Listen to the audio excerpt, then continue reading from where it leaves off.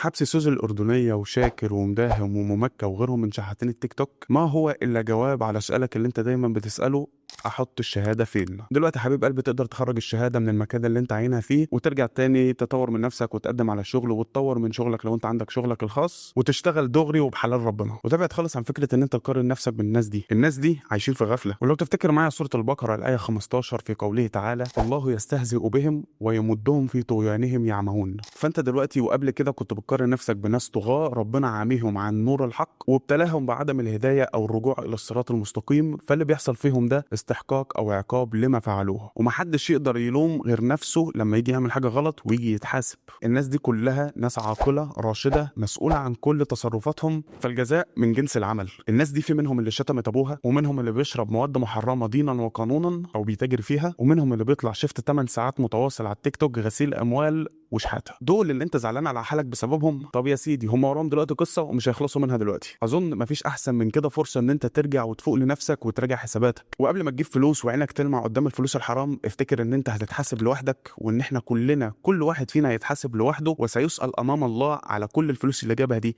جابها ازاي وصرفها في ايه. وادعي دايما ربنا يثبتك على دينه، لان ربنا مقلب القلوب. وخليك دايما فاكر الدعاء ده: يا مثبت القلوب ثبت قلبي على دينك. وافتكر النفوس وقلوب كل بني ادم بين اصابع الله يقلبها كيفما يشاء. فخليك دايما على الدعاء ده، انت ما تعرفش بكره فيه ايه. ولحد هنا سلام.